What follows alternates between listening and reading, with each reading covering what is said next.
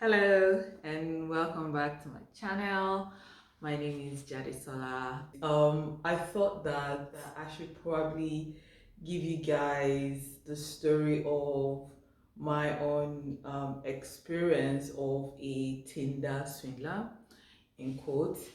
Um, so this person, we're gonna call the person Michael.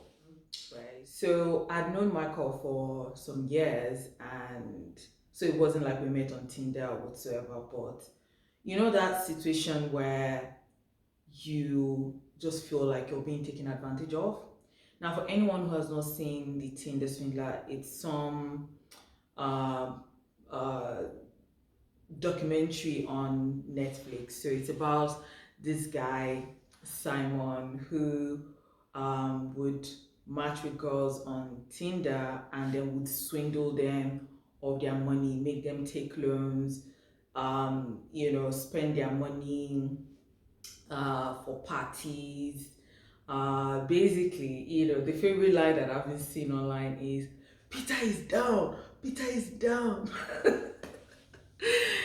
Anyways, so I thought we just share my own experience as well of, some guy trying to take advantage of me and yeah.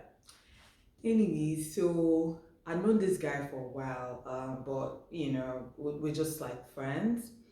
And then we reconnected like years later, and then we're hanging out a lot. I'm not even sure at what point I started to notice that, I was the one that was always paying on all the dates. I can't remember when I really started to take note of that. But I'll just talk about a couple of like incidences. So, anyways, I realized that every single time we would go out, it would always be a case of, oh, I forgot my wallet at home. Oh, my ATM is missing. That's when the wallet is there. So I was always footing the bill, always footing the bill. And there was this particular one. Oh, before I go to that one, right? Yeah, so I remember that one day we had gone out. He invited me to the opening of one of his friends' business. The guy was opening some kind of like grill, shawarma type of joint, so to speak. And he invited me to come with him. So we got there and everything was fine for a while until the episode of Peter is down happened. And then he came to me and was like, oh, they ran out of, that's his friend, ran out of ingredients for the shawarma, and then maybe they needed like more barbecue sauce for the grill that the guy was doing. So he came to me, I was like, oh, can you just give me, maybe 5K there, right? And I was like, okay. First of all, I'm thinking to myself, this guy just opened the place, people are buying, so how come, you know, I'm the one that is paying for the ingredients? Like, what have they used the money that they were literally making on that spot for? Like, it was crazy to me. So apparently, I think he had gone to his friend, or maybe at the point that his friend was like, "Oh, we've run out of this." Like, "Oh, let me take care of this as my own contribution to supporting your business." But guess what? He came to me to drop quick 5K for somebody to go and buy something. Okay, I dropped it thinking that it was going to refund my money because I didn't think for the life of me that, you would think it was okay for me to be the one to pay for this, you know. So he asked me, oh, so what do you want and everything. I think I had ordered, shawarma as well. And then he too ordered shawarma, but guess who paid?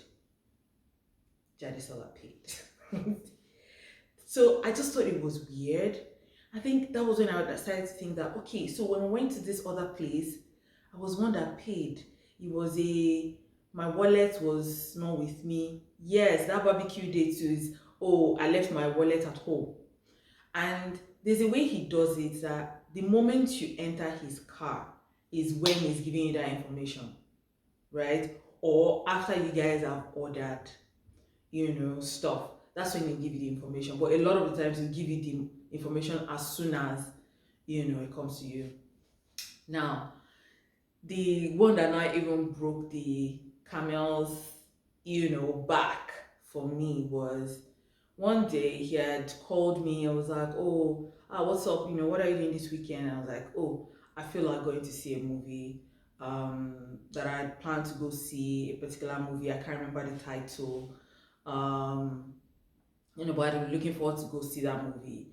And sometimes I like to go on to take myself out just like that, go do stuff by myself. So it was like, oh, can I join you? And I'm like, wait, why not?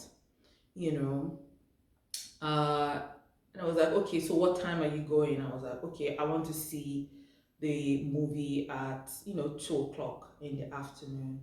And I was like, okay, I'll be there at yours. So I'll pick you up and then we'll go to the cinema together. So the cinema was like close to where I was staying at the time. So it was not like, so he could hear that I was walking on the road. So I was like, oh, it's like you're out already, what's up? Like, where are you? I'm like, okay, I'm going to get myself lunch. And it's like, oh, buy for me. And then I was like, wait a minute. This guy has consistently been making me pay on every date, on every look, like for every time we would go out, I was the one that was paying, and then now he wants me to buy lunch.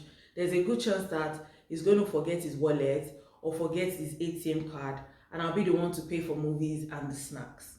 So at that point I was like, oh, that I only left the house with the money that I could use to buy myself, stuff. I was like, yeah, yeah, yeah, don't worry, don't worry. Like, so I went, I got my lunch. I was at home, 1:30. Like for a movie that is going to start by 2 o'clock, you should have left your house like, way before then. Now I was waiting, like 1:30, 2 o'clock. This guy was not at my house. I was going to miss the movie. I called him and was like, oh, that he was on his way, was on his way. I'm not even kidding you. This guy got to my house like 6 p.m. I'm not joking. I slept, I woke up, and I was like, what is this? I got into his car, and the person was like, oh, I hope you have money because I forgot my wallet. I said, okay, no problem, but I'd already anticipated that. And then we got to the cinema.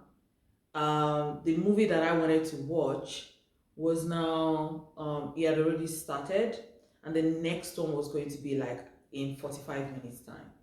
So it was like, oh, let's go see like that.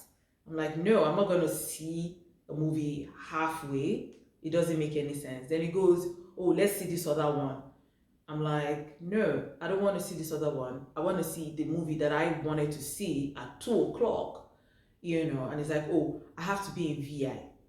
So VI is Victoria Island, somewhere, um, that he was hanging out with some other people. So I'm like, if you want to go, that's all right. I'm going to stay and I'm going to, see the movie that I wanted to see. At that point, I think I was already getting pissed. It was like, okay, okay, okay, okay, we'll watch your movie, right? So I had bought both our tickets and everything. So we had to wait around the stand where they sell snacks. Again, I ordered snacks for us. So all the while we're waiting, Michael was just going, I really have to be in VI. I really have to be in VI, And I'm like, okay, no problem. If you want to go, go. Like, I was tired of him just ranting. Anyways, time came, we went, we saw the movie, everything was fine, the movie was really good. And then we were going back to the car, and So like the way the cinemas are, Nigerians probably understand this. You have to pay or tip someone outside for parking in front of the cinema place, right? So it was 200 naira, I think they used to charge at that point in time. So this guy, we got into his car. The person at the car park that was going to collect the 200 naira from us was literally like following us. So I got into the car, and then obviously like the guy that was going to collect the money was on his side, because there's just this thing in Nigeria where they expect that it's the guy that pays for everything. So the guy was on his side and it was like, um Jerry, can you bring 100 naira, and then I'll bring 100 naira to pay for the parking. I think at that point I'd lost it. I'm like, parking 200 naira. So I reached out for my purse and I was bringing out my 100 naira. He reached out for his wallet. So that day, I think he said he forgot his ATM, so his wallet was with him. He reached out for his wallet to bring out his own 100 naira, and I saw money. Plenty, like it was a lot of money. Like money that could have paid for the movie, that could have done so many things, you know. And I was like, are you kidding me? So I didn't say anything. I gave him the 100 naira, but I was just like trying to hold myself back. Like, don't say anything. Don't say anything. Just get to your house and delete this guy's number. Like, at that point, I was like, okay, so I think this guy thinks that I'm money misroad, because there is no explanation why he would tell me immediately I got into his car, oh, I hope you have money because I left my ATM card at home. Um, while he had money, like 1,000 naira notes in his wallet, but he didn't want to spend that. Ha! I was quiet on our way home. He was like, oh, you're so quiet. You're not as chatty. I'm like, I'm good.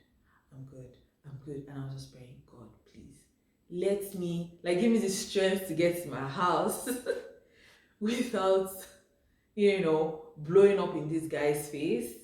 Like, why have we been doing this? Because I just kept thinking about all the times we went out, every single time. Like, it's not even, it wasn't even funny at that point in time. Like, I was the one that was paying. He dropped me off, I couldn't wait to open my gate. And I was like, no hug. I'm like, no, no, no, you have to be in VI. Like, just move, move, move. He thought it was weird. So I ran into my house, I locked the door. And then he got into his car and called me immediately. I was like, what's going on? Like, you were quiet on our journey back to your place, and it was like you couldn't wait for me to leave. I just said, you know what, Michael, I really cannot explain why I'm saying this to you, because I don't want to bruise your ego, but please just delete my number. Don't call me anymore. I don't want to see you again. The guy was just shocked. Until today, I didn't tell him the reason. I just asked him to just leave me alone. Because really, like, every single thing, I paid for it. Like, there was no single contribution all through the time that we were talking and we were hanging out. And I was like, this is not great. If it was that, oh, he wasn't working or he wasn't doing well, anyways, but at least it gave me the impression that he was doing okay, right? And I've also realized that he's not the only one that has tried that with me, but obviously that experience, the moment I spot it like this, I'm like running for my life. So anyways, that is my Tinder Swindler experience. I've got like some other ones, but yeah, I thought that this was like maybe the worst date ever, or series of dates really ever. Oh, by the way, he didn't refund me for the money that I paid for his friend's shawarma and barbecue ingredients. But hey, it is what it is. I guess you win some, you lose some. Anyways, thank you again for always watching my videos, and I'll see you next time. Bye.